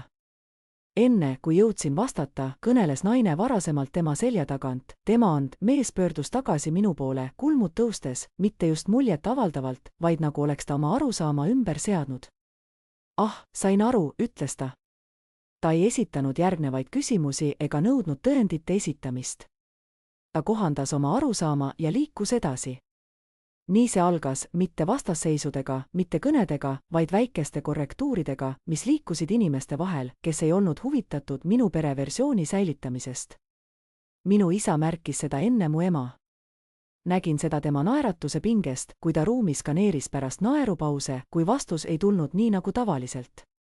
Ta tabas pilgu, mis ei olnud alandlik, vaid hindav, ja tema silmad libisesid taas minu poole.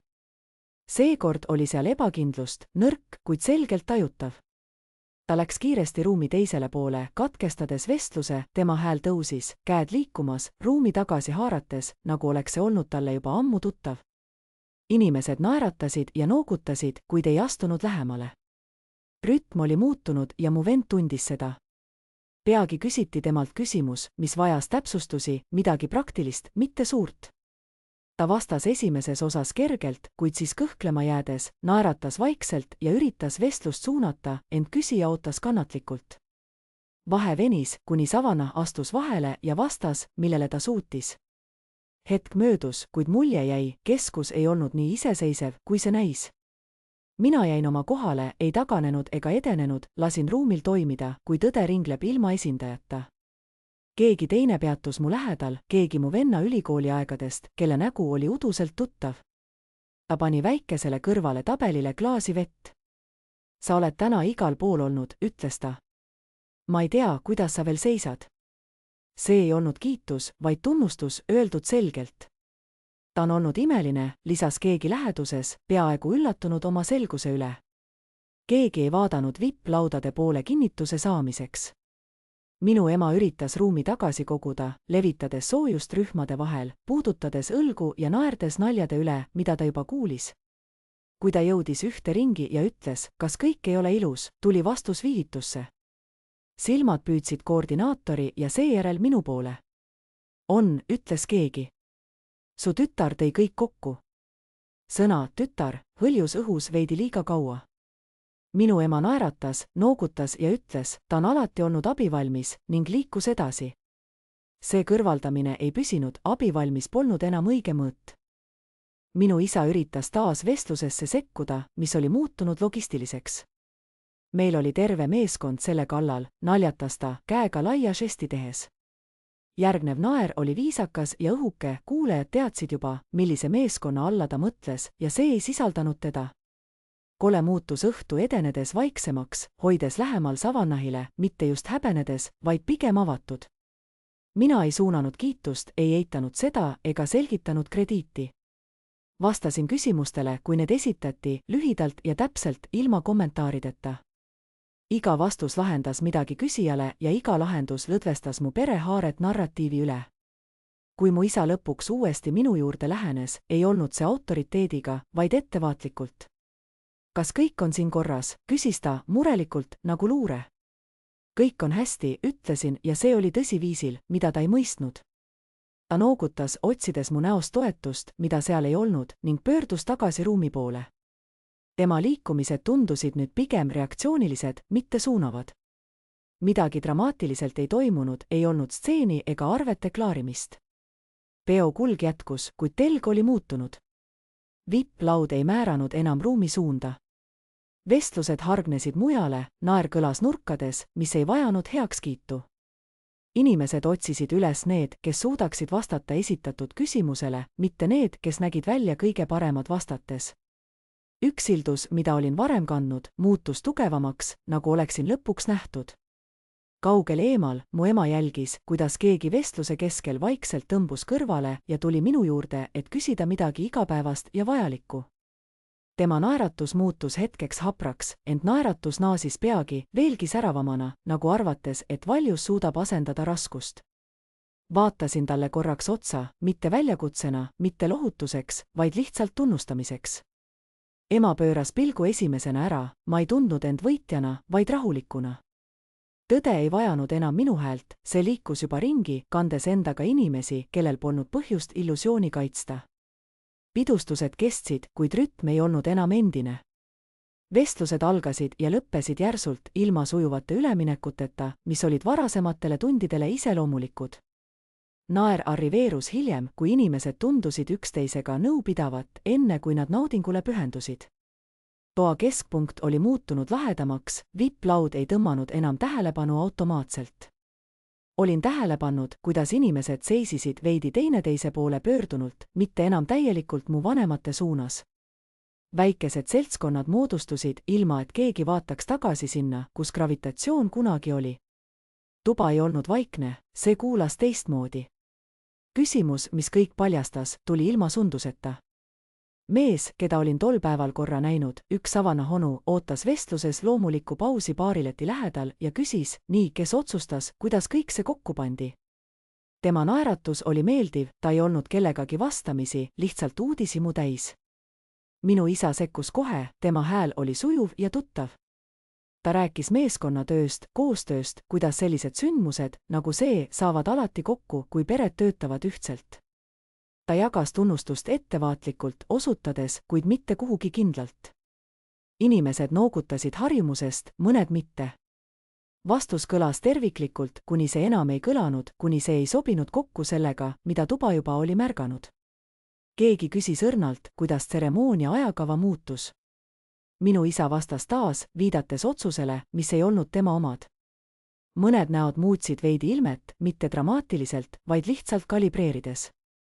Siis naine, kes oli minuga varem rääkinud, kallutas end veidi ette ja küsis, nii, kes selle otsuse lõplikult tegi.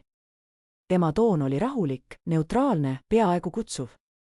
Tema viisakus teravdas olukorda rohkem, kui ükski süüdistus oleks suutnud. Mu vend liikus kõrval savannahiga, vaatas esmalt isa poole, seejärel tagasi naise poole. Ta hakkas vastama, kuid peatudes, naeris kergelt ja ütles midagi ebamugavat, et kogu see asi oli meeskonnatöö. Tuba ootas mitte kannatamatult, vaid ootuses. Kui mu isa sekkus, et oma vastust laiendada, kattusid tema sõnad koli lõpusõnadega 1,5 sekundit. See kattuvus oli oluline, see paljastas koreograafia, näidates, et nad esitasid etendust, mitte ei mäletanud. Keegi ütles mu nime, mitte valjusti, mitte süüdistusena, vaid lihtsalt selgelt. Tema toimetas selle osa õigesti. Ma ei astunud ette, ei pakkunud konteksti ega kõrvalekaldumist. Vastasin täpselt, nimetasime täpselt, mida olin teinud ja mida mitte. Ilma kommentaaride ja ilma kellegi parandamiseta. Vaikus, mis järgnes, ei olnud piinlik, vaid otsustav. Inimesed kohandasid oma arusaamu ilma, et oleks olnud vaja selgitusi. Keegi ei kiirustanud hetke leevendama, ruum ei vajanud enam suuniseid, see oli leidnud uue viitepunkti. Minu isa üritas vestlusesse naasta naljaga, mis pidi kergendama meeleolu midagi perede salarelvade kohta. Kuid see ei tabanud sihtmärk. Mõned inimesed naeratasid viisakalt ja pöördusid tagasi vestlusesse, mis ei nõudnud enam tema kohalolekut. Ta viibis hetk liiga kaua, enne kui otsis uut gruppi, kes vastaks tema ootustele. Vestlus jagunes väiksemateks voogudeks, samal ajal kui vipplaud püsis kõrgel ja puutumatuna, kuid ei olnud enam ruumi nurgaks. Inimesed rääkisid seal, kus nad seisisid, järgides uudishimu, mitte kohustust.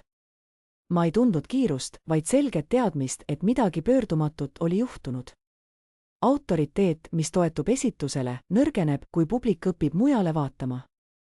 Minu ema üritas veel kord olukorda parandada tõstejoogiga, mille ta oli juba varem andnud.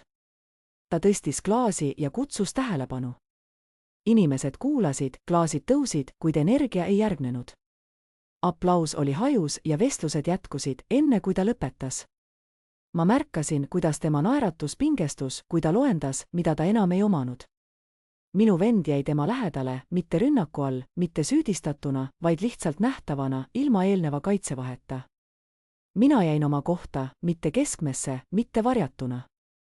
Inimesed tulid minu juurde praktiliste küsimustega, millele ma vastasin. Teised möödusid noogutades, mis tunnustas enesekindlust ilma alandlikkust nõudmata. Ruum korraldas end ümber funktsiooni, mitte staatuse järgi, ja keegi ei kuulutanud seda välja, sest keegi ei vajanud seda. Kui mu isa jälle möödus, kohtusid meie pilgud hetkeks. Tema näos ei olnud viha, vaid tunnustus, reeglid, millele ta oli toetunud, olid tunnistajate ees aegunud. Jõudnud järgmise laulu alguseni, oli muutus vaikselt toimunud. Neile, kes ei jälginud, näis pidu sama, kuid neile, kes tähelepanelikult vaatlesid, oli hierarhia kokku kukkunud ilma hääleta. Ma ei tundnud, et oleksin midagi võitnud, see, mis mind valdas, oli ühtekuuluvus, kergendus, et ma ei pea enam tõde üksi kandma, ja nad teadsid seda samuti. Peaaegu tunni lõpus lähenes kohtumise haldaja vipplauale, käes nahkfoolder. Ma jälgisin oma kohalt teenindusala lähedal, kui ta peatus, vaatas lauda ja siis ringi, nagu otsides kedagi.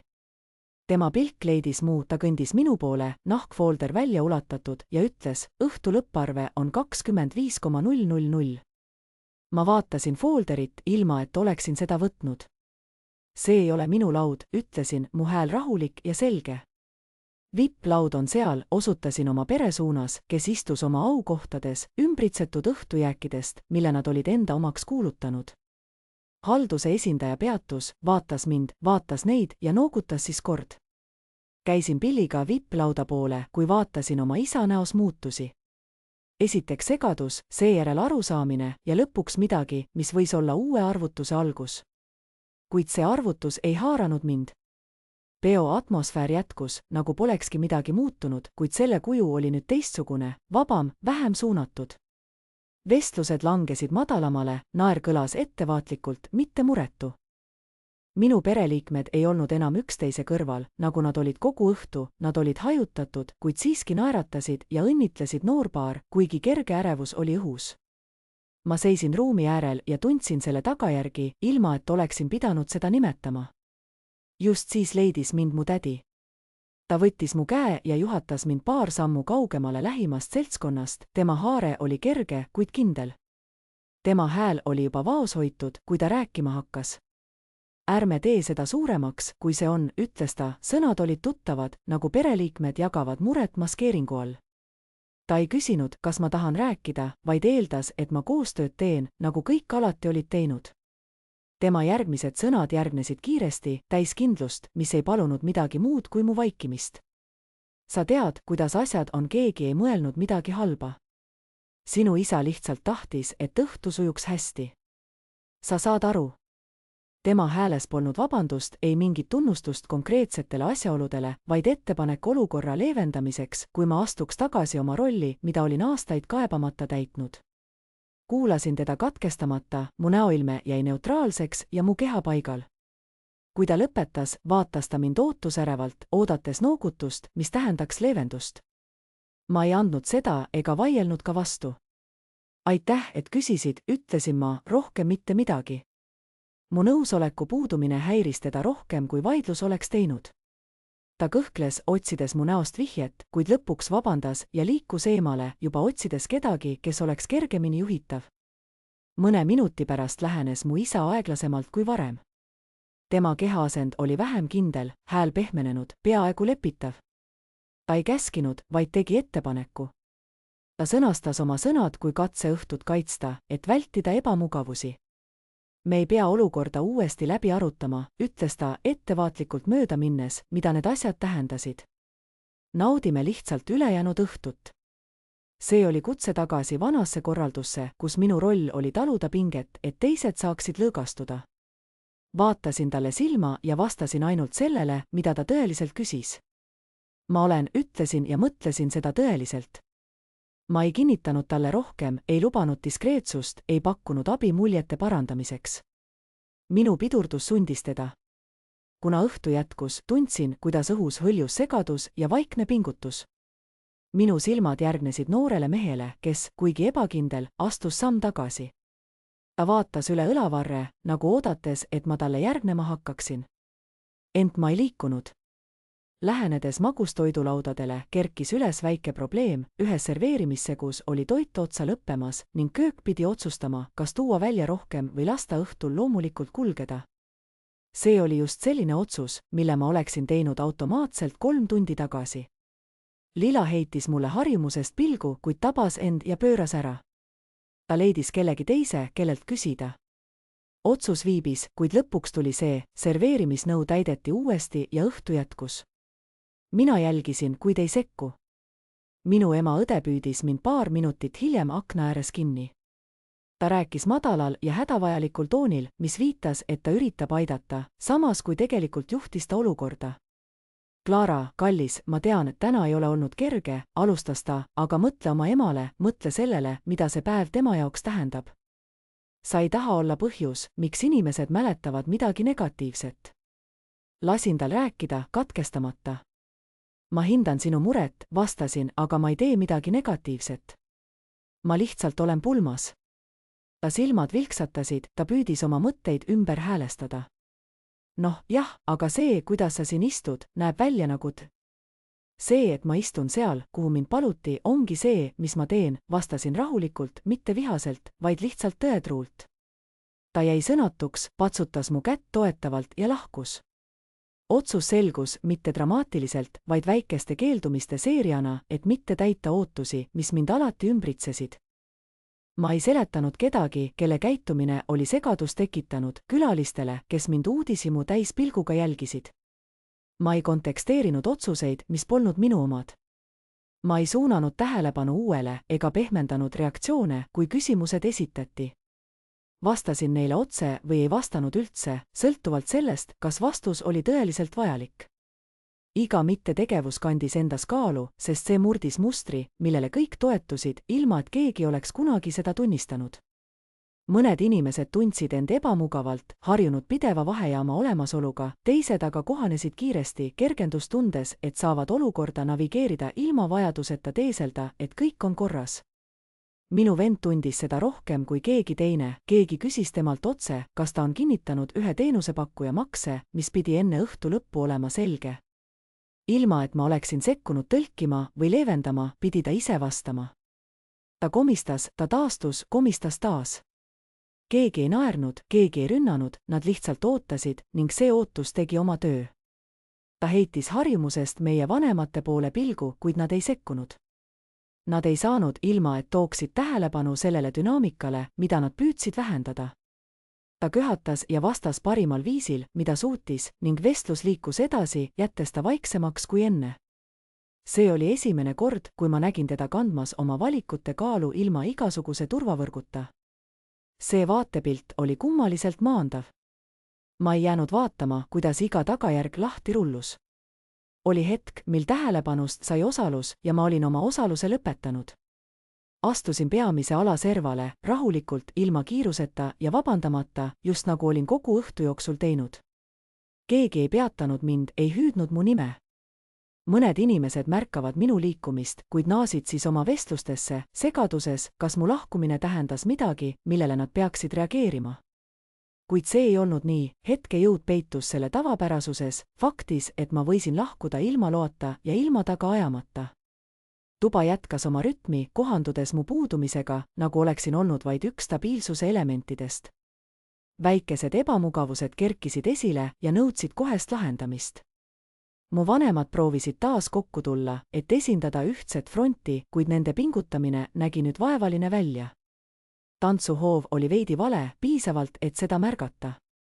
Külalised suundusid kergematele vestlustele, kaugel kõigest, mis tundus olevat liiga juhitud. Kontrolli illusioon, kui see kord purunes, ei saanud enam pelgalt tahtega taastada. Seisin ruumi ääres piisavalt kaua, et nautida muusikahelisid, häälte suminat ja õhtust, mis liikus edasi, hoolimata kellegi ebamugavusest.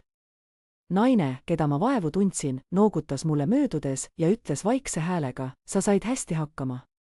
See ei olnud kiitus, nagu mu perekond seda mõistis, vaid tunnustus, mis oli antud ilma ootusteta.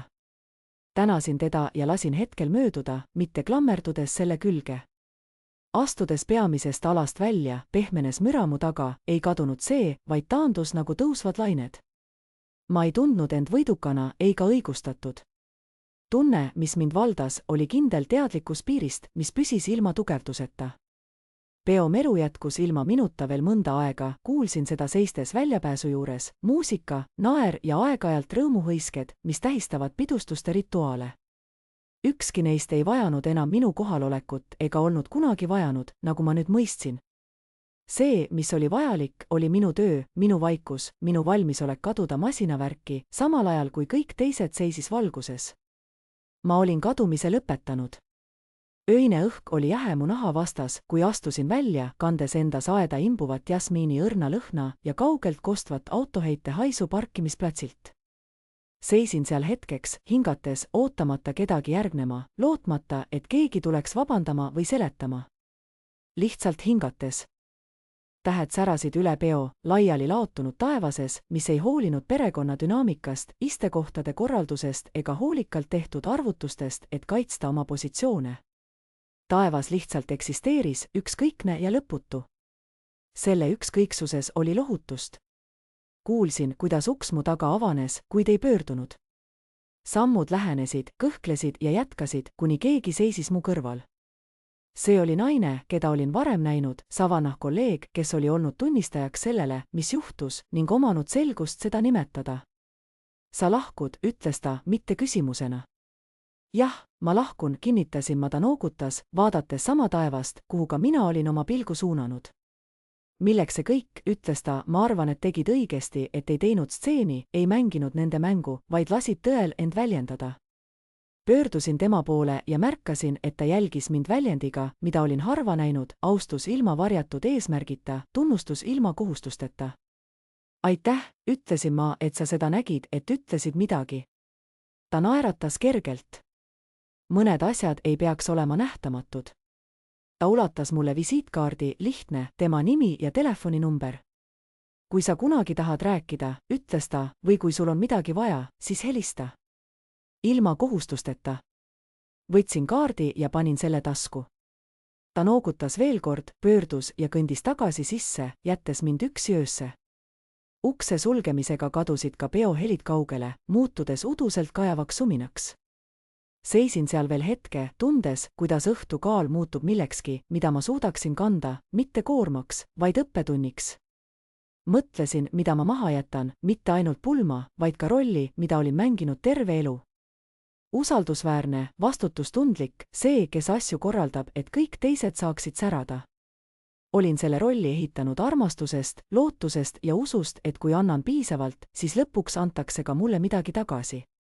Kuid armastus, mis nõuab, et sa iseennast vähendaksid, ei ole armastus. Lootus, mis sõltub sinu nähtamatuks jäämisest, ei ole lootus.